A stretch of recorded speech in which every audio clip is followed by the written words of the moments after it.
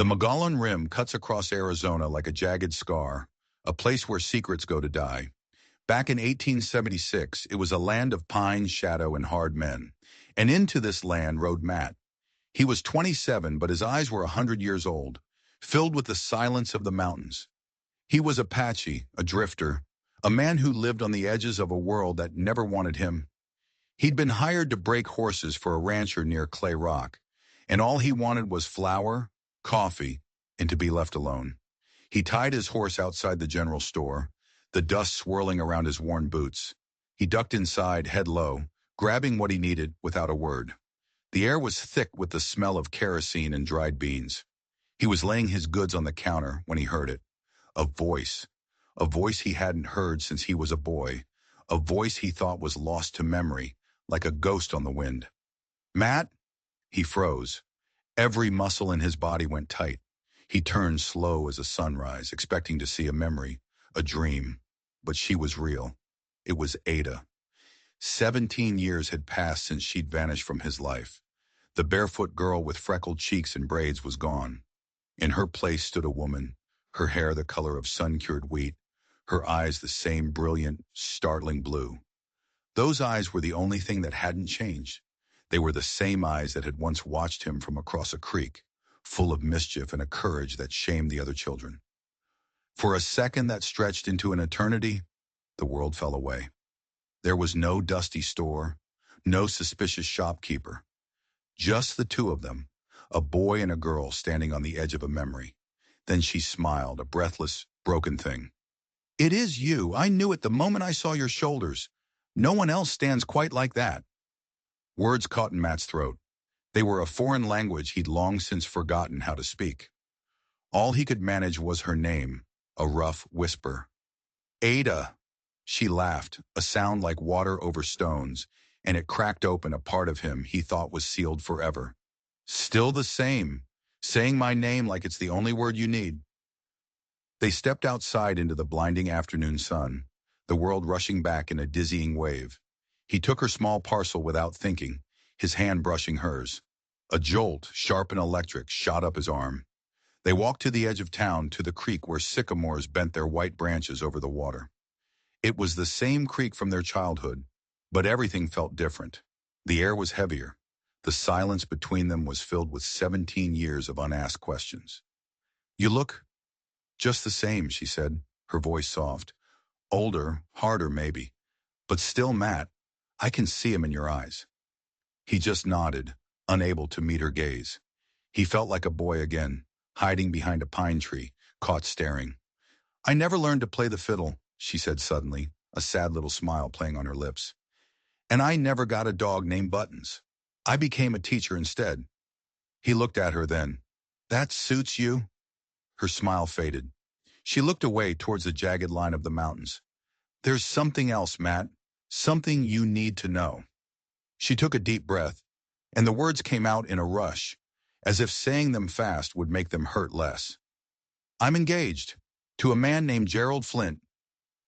The name meant nothing to him, but the look in her eyes meant everything. It was a look of pure, gut-wrenching dread. It was the look of a trapped animal, and in that instant, Matt knew his life had just been torn in two. Fate hadn't brought Ada back to him just to say hello. It had brought her back because she was in terrible danger. The name Gerald Flint was a stone dropped into the still pool of Matt's life, and the ripples spread fast. In Clay Rock, Flint's name was spoken with a mix of respect and fear. He was a cattle baron, a man whose money was in every corner of the town, from the church steeple to the saloon floor. He smiled wide, shook hands firm, and tipped his hat to the ladies. A pillar of the community. But Matt had seen men like Flint before, men whose smiles were just a way of baring their teeth. Working at the Patterson Horse Ranch, he kept his ears open. Ranch hands talk when they think no one important is listening, and an Apache drifter was nobody. Flint's first wife didn't last long, a farrier muttered, his hammer ringing against an anvil. "Pretty little thing from back east. They say she hanged herself in the cellar." Another man spat a stream of tobacco juice into the dust. "Funny thing, though. Doc Peters, before he drank himself into an early grave, he told my brother he saw the body, Said there were bruises on her arms. Old ones, not the kind you get from a rope. Flint had an alibi, the farrier grunted. Playing cards at the saloon all night. Had a dozen witnesses. Convenient, ain't it? Matt's blood ran cold. This was the man who held Ada's future in his hands. He saw Flint a few days later, holding court outside the saloon. He was a big man, broad in the shoulder, dressed in a fine coat that couldn't hide the cruelty in his small, dark eyes. They were the eyes of a predator, constantly scanning, measuring, deciding what he could take. And then Matt saw Ada's father, Mr. Holloway, a stooped man with worry etched into every line on his face. Flint had him cornered in the general store, his voice a low, oily threat. "Your debts are cleared, Holloway," Flint was saying, his smile never reaching his eyes. "But you don't forget who holds the leash. When Ada wears my ring, this family's future is secure, and she will wear it." "But she ain't happy, Gerald," Mr. Holloway pleaded, his voice thin and weary. Flint's smile tightened. "Happiness is a luxury. Duty is what matters. A daughter owes her father. Make sure she remembers that." He clapped the older man on the shoulder, a gesture that looked more like a blow. That night, Matt couldn't stay still. The injustice was a fire in his gut. He saddled his horse and rode to the creek, guided by the sliver of a moon. She was there, Ada, as if she knew he would come. Her face was pale, a ghostly white in the moonlight. "You came," she whispered. "This man," Matt said, his voice rough. "He's dangerous, Ada." Tears welled in her eyes. "I know. Last week he grabbed my father by the arm, just for asking if we could wait on the wedding. His grip left bruises that are still there. He smiled the whole time." "Then you can't marry him," Matt said, stepping closer. "What choice do I have?" she cried, her voice breaking. "He owns us, Matt. He holds the notes on our land, our home. If I refuse him, he'll throw my parents out into the street. They wouldn't survive the winter." The words burst out of him before he could stop them. "Then leave. With me. Tonight. We can ride north, where no one knows us." For a single breathtaking moment, hope flared in her eyes. She looked like the girl who dreamed of blue shutters. Then fear washed it away. "And do what? Live like you, on the run? Hiding? If I ran away with an Apache man, they wouldn't call it eloping. They'd call it kidnapping. They'd hunt you down and hang you from the nearest tree, Matt. You know they would." He knew she was right. The world had rules, and those rules were written to protect men like Flint and crush men like him. She reached out, her fingers just brushing his. "When I saw you again, it was like coming home. But we can't go back to that time." "Maybe we can," he murmured. Suddenly, a branch snapped in the darkness behind them. Gerald Flint stepped out of the trees, a lantern held high. The light cast long, dancing shadows, turning his smiling face into a demonic mask. "Well, well," he said, his voice dripping with false cheer. "A midnight rendezvous. How romantic." Ada flinched. "Gerald, this isn't what it looks like." "Save it," he snapped, his voice turning to steel. "The wedding is in 2 weeks. Until then, you will stay in your cabin. You will not see this savage again. Do you understand me?" Ada nodded, her body trembling. Flint's cold eyes locked onto Matt. "As for you, crawl back to whatever hole you came from. If I see you near her again, I'll have you whipped. Or worse." He took Ada by the arm, his grip like a vice, and led her away into the darkness. Matt stood alone by the creek, listening to the sound of her receding footsteps. The moon hid behind a cloud, plunging the world into blackness. He was trapped. Ada was trapped. And the cage was built by a monster who wore a gentleman's smile. But as he stood there, a cold, hard certainty settled in his soul. He would not let Flint win. He didn't know how, but he would find a way. He would burn this whole town to the ground if he had to. The wedding was a ticking clock, each day a grain of sand falling through the hourglass of Ada's freedom. 2 weeks, 14 days until she belonged to Flint. Matt felt a desperate, primal urge to throw her on his horse and ride until the world ran out of land. But her words echoed in his head. They'd hang you before sunrise. She was right. He couldn't save her by damning himself. He had to be smarter. He had to fight Flint on his own ground. With money. Matt had spent his life saving every stray coin, pennies earned breaking horses that would rather kill a man than carry him, dollars from guiding rich city folk who wanted to see the Wild West without getting their boots dirty. It wasn't much, a dusty deerskin pouch hidden beneath a floorboard in his mother's old lodge. And there was another pouch, smaller, heavier.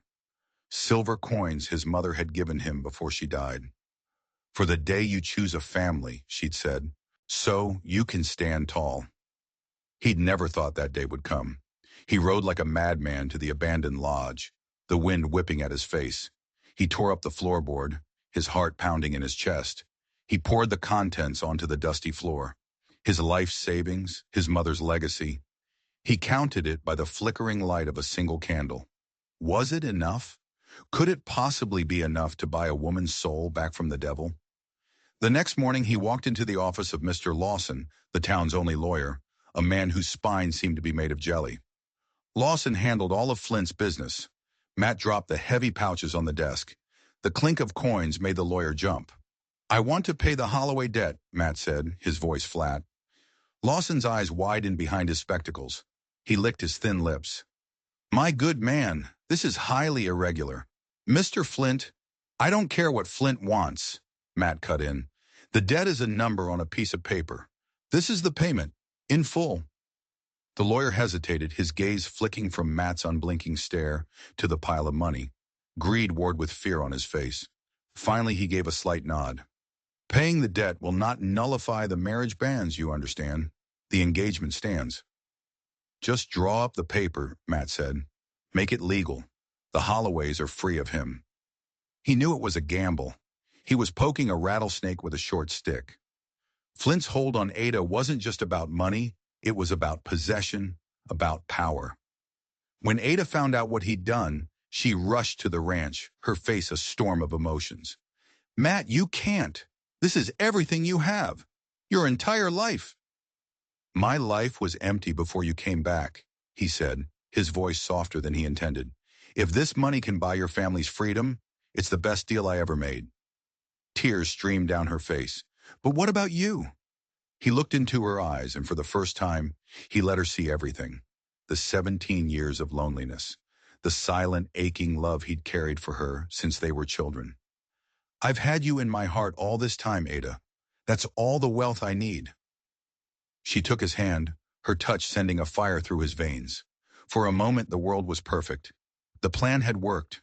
She was free, but they had underestimated the monster. Word reached Flint by that evening. The roar of his fury could be heard all the way down Main Street. Men in the saloon said he shattered a bottle of whiskey against the wall with his bare hand, shards of glass flying like shrapnel. He stormed up to the Holloway cabin, his face purple with rage. You think you can defy me? He bellowed, kicking the door clean off its hinges. You think some filthy savage can outbid me for what is mine? He grabbed Ada's father by the collar, lifting the frail man off his feet. The debt may be paid, but this town is still mine. The sheriff is mine. And your daughter. She is still mine. He threw the old man to the floor and turned his burning gaze on Ada. The wedding is still on, he snarled, and you will walk down that aisle and say, I do. Or I will find another way to make your family pay. A way that doesn't involve lawyers or ledgers. A way that involves blood. He spun on his heel and left, leaving them in the ruins of their home, the cold night air rushing in through the broken doorway. Matt's gamble hadn't freed her. It had only tightened the noose. He had taken away Flint's legal leverage, so now Flint was going to abandon the law entirely. And Matt knew, with a chilling certainty, that he was the first person Flint would come for. The night after Flint's tirade, the air in Clay Rock grew thick and heavy, like right before a lightning strike. People shuttered their windows early. The saloon was quiet. Everyone was waiting for the other shoe to drop. Matt knew it was coming for him. He sat in the dark of the ranch bunkhouse, cleaning his rifle, every sense on high alert. But Flint was smarter than a simple back-alley ambush. He wasn't going to make Matt a martyr. He was going to make him a criminal. Just after dawn, Sheriff Dalton rode out to the ranch. He was a big dough-faced man who usually moved with the slow, deliberate pace of a grazing cow.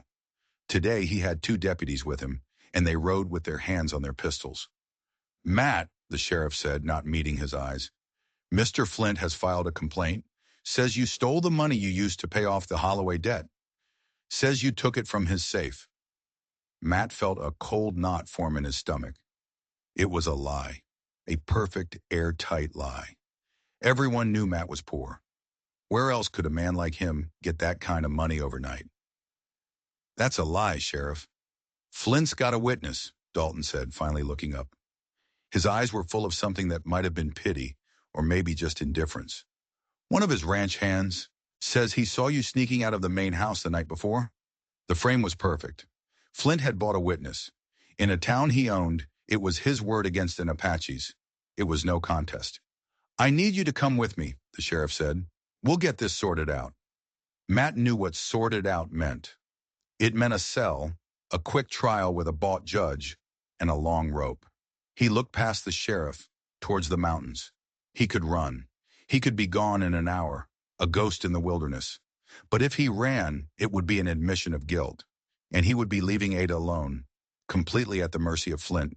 He couldn't do it. Slowly, he laid his rifle down. I'll come.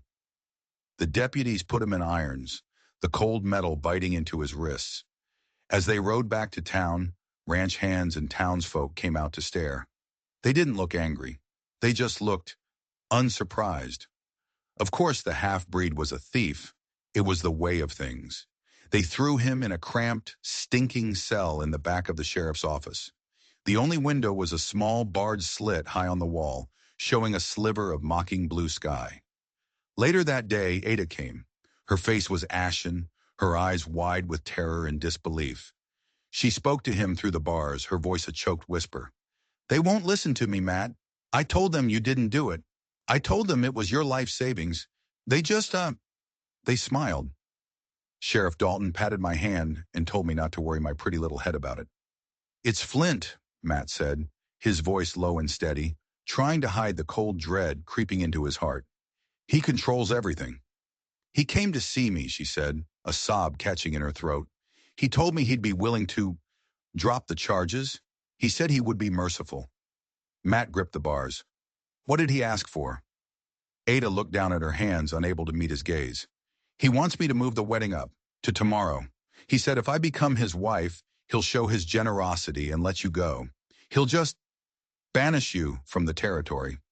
It was a checkmate, a devil's bargain. To save Matt's life, she had to sacrifice her own. She had to step willingly into the monster's cage. Don't do it, Ada, he said, his voice raw. Don't you do it. What other choice is there? She cried, tears finally breaking free. They're going to hang you, Matt. I can't let them hang you. Before he could answer, Sheriff Dalton appeared. Time's up, Miss Holloway. The prisoner needs his rest. He pulled her away gently, but with a firmness that left no room for argument. Ada looked back at Matt, her face a mask of agony. Her eyes asked him a question he couldn't answer. What do I do? He was powerless, locked in a cage while the woman he loved was being forced to marry a monster to save his life. The silence of the cell pressed in on him, suffocating him. He had tried to fight the devil and lost. And now Ada was going to pay the price. Ada didn't sleep. The devil's bargain echoed in her mind. Marry Flint and Matt lives. Refuse, and he hangs. But she knew Flint. His mercy was just another form of poison. If she married him, Matt might be banished, but she would be his prisoner forever. And what was to stop Flint from sending men after Matt once he was out in the wild to finish the job quietly? No, there had to be another way. She couldn't fight Flint's power. She couldn't fight his money or his influence. But maybe she could fight his lies. The story of his first wife, the whispers about bruises, the convenient alibi. It was all smoke, but where there's smoke, there's fire. She had to find the proof. Under the cover of darkness, while the town slept, Ada slipped out of her family's cabin. She was no longer just a school teacher. She was a hunter, and her prey was Gerald Flint. His ranch was a fortress, a sprawling house dark against the starry sky. She moved like a phantom, using the skills Matt had taught her as a child. How to step silent on dry leaves, how to use the shadows as a cloak. She knew she couldn't get into the main house, But there was a small office out back where Flint conducted his business. Its window was unlocked. Her heart hammered against her ribs as she slid it open and slipped inside. The room smelled of stale cigar smoke and leather. A massive oak desk dominated the space, covered in stacks of paper.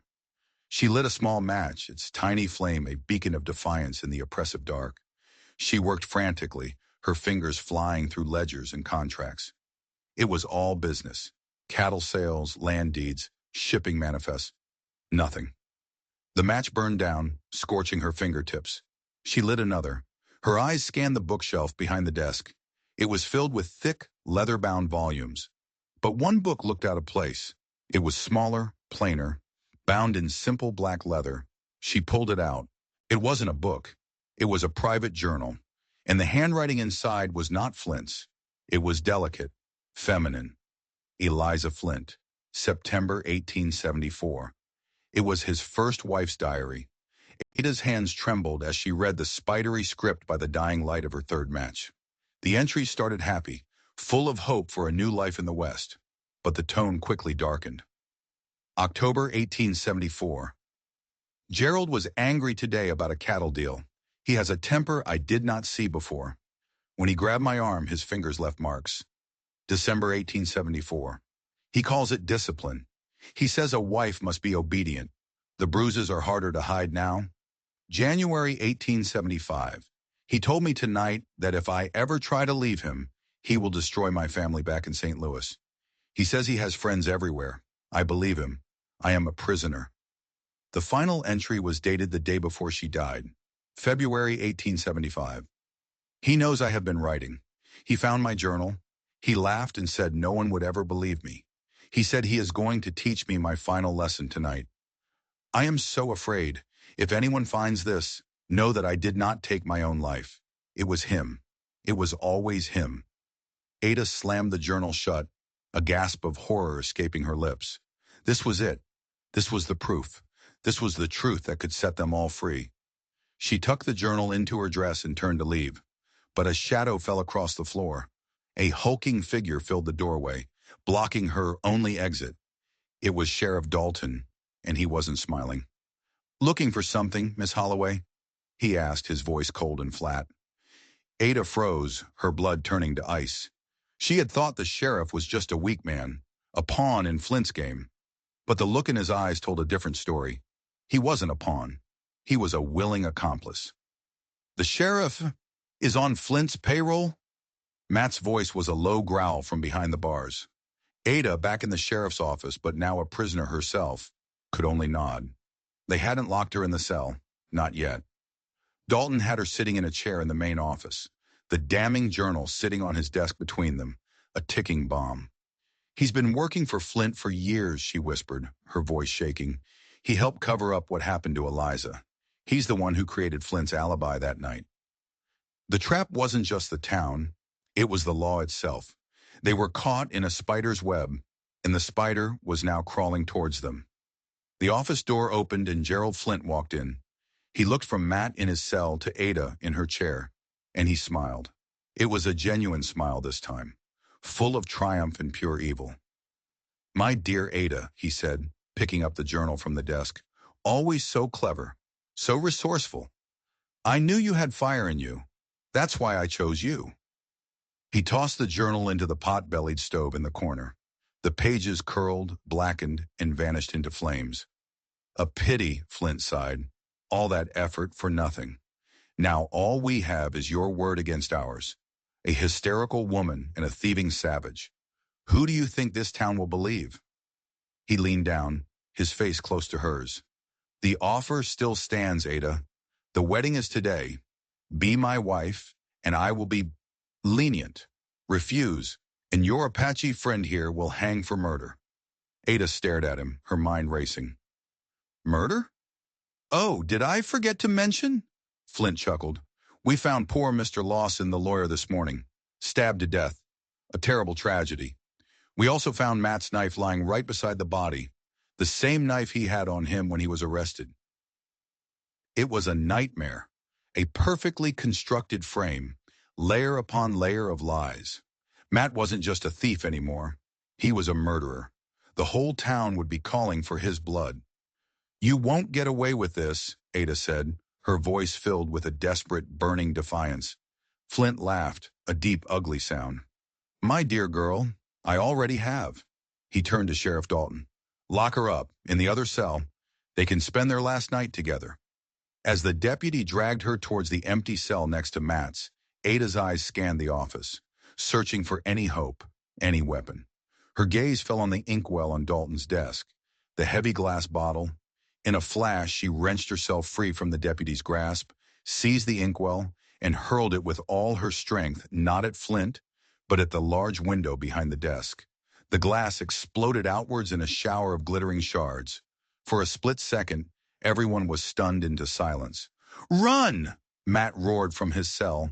Ada didn't hesitate. She scrambled through the shattered window frame, cutting her arms on the jagged glass, and dropped into the alleyway behind the office. She could hear Flint shouting, the sheriff cursing. She ran. She ran without knowing where she was going, fueled by pure adrenaline and terror. Her only thought was to get away, to find help, to somehow undo the tangled knot of Flint's lies. But where could she run? In a town where the law itself was the criminal, there was no sanctuary. Every door was closed. Every face was an enemy. She was alone, and the hunt had begun. The town of Clay Rock turned on Ada in an instant. Sheriff Dalton, his face a mask of righteous fury, told everyone she was an accomplice, an unhinged woman who had fallen for a savage murderer and helped him kill a respectable lawyer. It was an easy story to sell.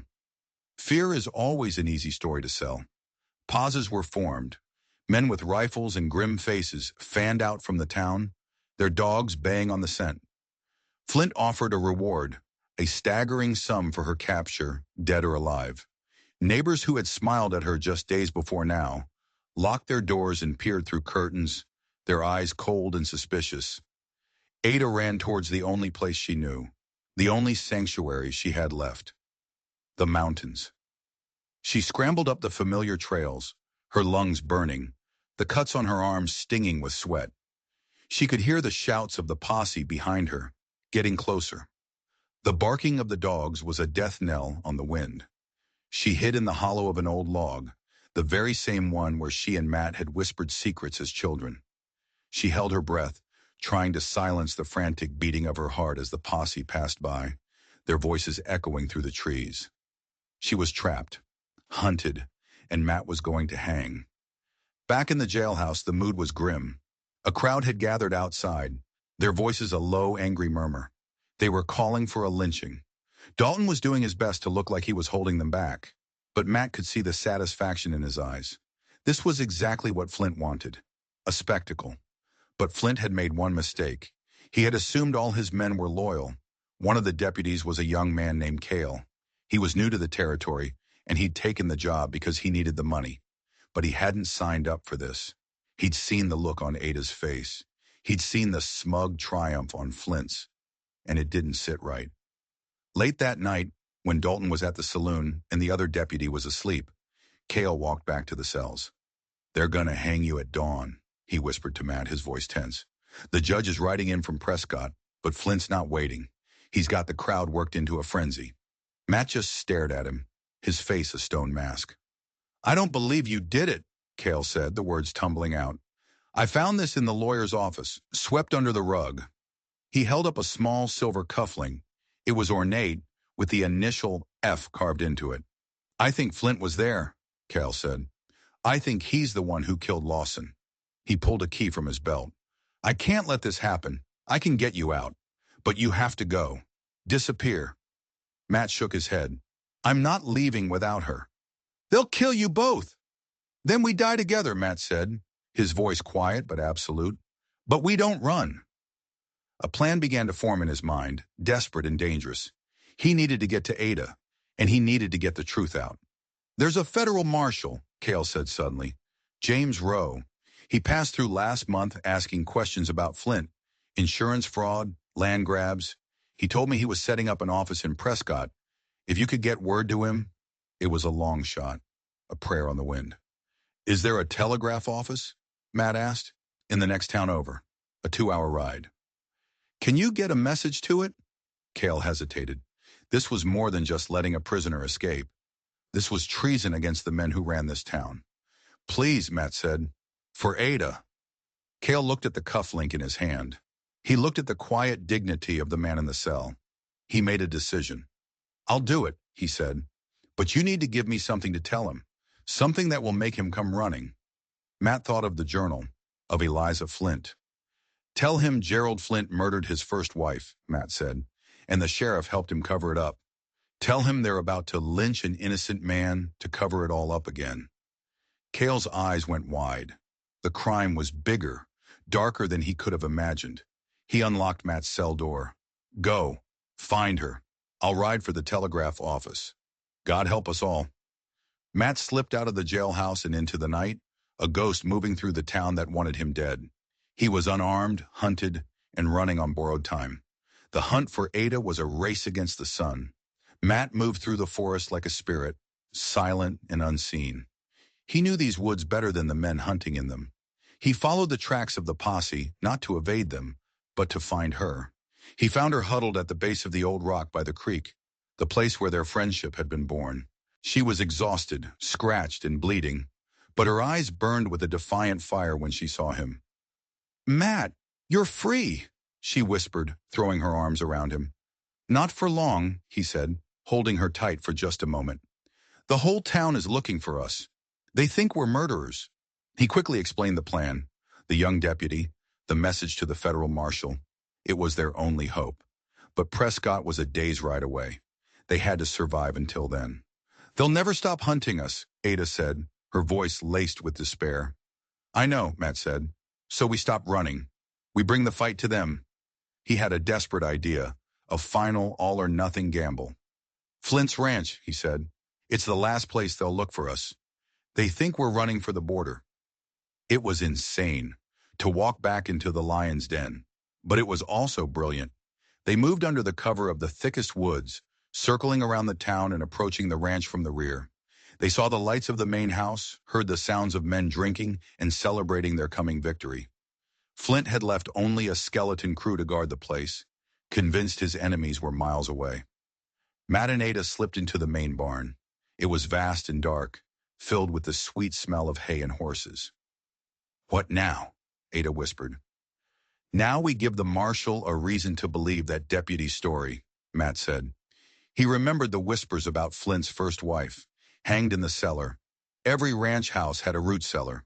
They found the heavy wooden doors set into the floor at the back of the barn, hidden beneath a pile of old burlap sacks.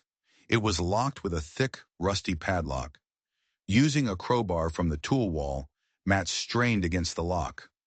The metal groaned in protest, the sound echoing in the silent barn. Finally, with a loud crack, it broke.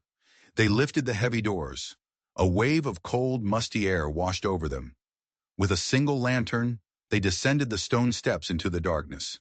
The cellar was small and damp, the walls lined with shelves of preserves. But in the center of the dirt floor, something was wrong. The earth was slightly raised, softer than the packed ground around it. He wouldn't have, Ada breathed. Using their bare hands, they began to dig. The dirt was loose, easy to move. It hadn't been undisturbed for long. A few feet down, their fingers hit something solid, something wrapped in oilcloth. It wasn't a body. It was a metal box. Inside was Flint's real ledger, not the clean one he showed his business partners, but the one that detailed every crime, every bribe to Sheriff Dalton, every fraudulent insurance claim, every piece of land stolen through threats and intimidation. And on the last page, a detailed account of how he'd acquired the Holloway's land notes. Not through a loan, but by blackmailing Ada's father over a youthful indiscretion. Her father hadn't been in debt. He'd been framed, just like Matt. This box was Flint's entire evil empire, distilled onto paper. But as they stared at it, the lantern light glinting off the lockbox, they heard footsteps on the barn floor above them. The cellar doors slammed shut, plunging them into absolute darkness. The heavy bar slid into place, locking them in. I knew you'd come back here, Gerald Flint's voice boomed from above. Like rats to the nest. Did you find my little secret box? Good, now you can be buried with it. They heard a scraping sound. Then the unmistakable smell of kerosene. It was seeping through the cracks in the cellar doors, dripping down into the darkness. "He's going to burn the barn down," Ada gasped, her voice tight with terror. "With us inside." They were trapped in a wooden tomb, about to be set ablaze. The truth was in their hands, but they were about to be erased from the world, turned to ash along with the evidence that could have saved them.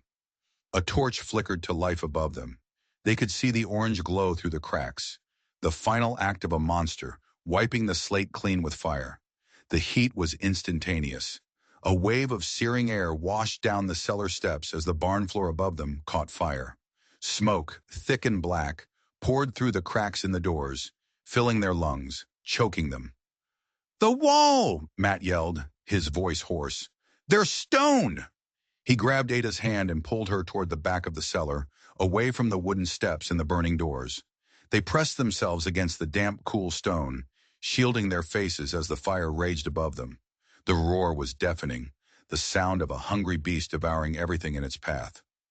Beams cracked and groaned, threatening to collapse. They were going to be baked alive, or crushed.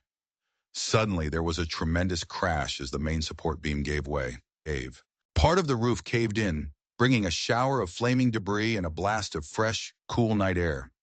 It had created an opening, a small one, but it was a chance. "We have to climb," Matt shouted over the inferno. He boosted Ada up. She scrambled at the fiery wreckage, her hands burning on the hot timber, and pulled herself through the gap. Matt, clutching the precious lockbox, followed right behind her. They emerged into a nightmare.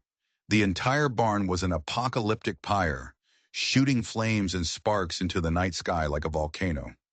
Flint and his men were there, watching, their faces lit by the hellish glow, ensuring their victims didn't escape. When they saw Matt and Ada stumble out of the flames, gasps of disbelief rippled through the men. Flint's face twisted from triumph to pure, murderous rage. "Kill them!" he screamed. "Kill them now!" His men raised their rifles. Matt shoved Ada behind him, using his body as a shield, holding the metal box up as if it could stop bullets. This was it, the end. But then another sound cut through the roar of the fire, the thunder of hoofbeats. A dozen riders, charging out of the darkness, their rifles leveled. At the head of the column was a man with a grim face and a silver star pinned to his chest. "Gerald Flint!" The man's voice boomed, cutting through the chaos. "You are under arrest by authority of the United States government." Marshal James Rowe had arrived. The standoff was electric. Flint's men, caught between the federal marshal and their enraged boss, hesitated. That hesitation was all Matt needed. He charged. Not at Flint's men, but directly at Flint himself. He was fueled by 17 years of loss, by the rage of injustice, by a love that refused to die. He slammed into Flint like a runaway train, and the two men went down in a tangle of limbs, wrestling in the dirt and firelight. It wasn't a fight of skill. It was a brutal, primal brawl. Flint was bigger, heavier, but Matt was faster, fueled by a righteous fury. He landed a punch that snapped Flint's head back, then another. Flint, his face a bloody mask, drew a concealed knife. He lunged, but Ada was there. She swung a heavy piece of burning timber, catching Flint square in the arm. He howled in pain, the knife clattering to the ground. In that moment, the fight went out of him. His men saw it. They threw down their guns as Marshal Rowe's deputies surrounded them. Sheriff Dalton, his face pale and sweating, put his hands in the air, his reign of corruption over. Marshal Rowe hauled a sputtering, defeated Flint to his feet. Matt, breathing heavily, his knuckles raw and bloody, handed the marshal the lockbox. "Everything you need is in here," he said. The fire from the burning barn cast long shadows as the sun began to rise over the Mogollon Rim, painting the sky in shades of orange and pink. It was a new dawn, in more ways than one. The aftermath was swift. With the ledger and the testimony of the young Deputy Cale, Flint's empire crumbled to dust. He and Dalton and all their cronies were taken to Prescott in chains, their trials a mere formality. The town of Clay Rock, waking from its fever dream of mob justice, was quiet, ashamed. People looked at Matt and Ada not with suspicion, but with a dawning sense of awe. They had faced down the devil and won. Ada's father, freed from the blackmail that had imprisoned him for years, wept openly and embraced Matt, calling him son. The stolen money was returned. The Holloway land was truly theirs. But Matt and Ada knew they couldn't stay. This town, with its ghosts and its painful memories, was not their home. Their home was where they had first found it, in the mountains.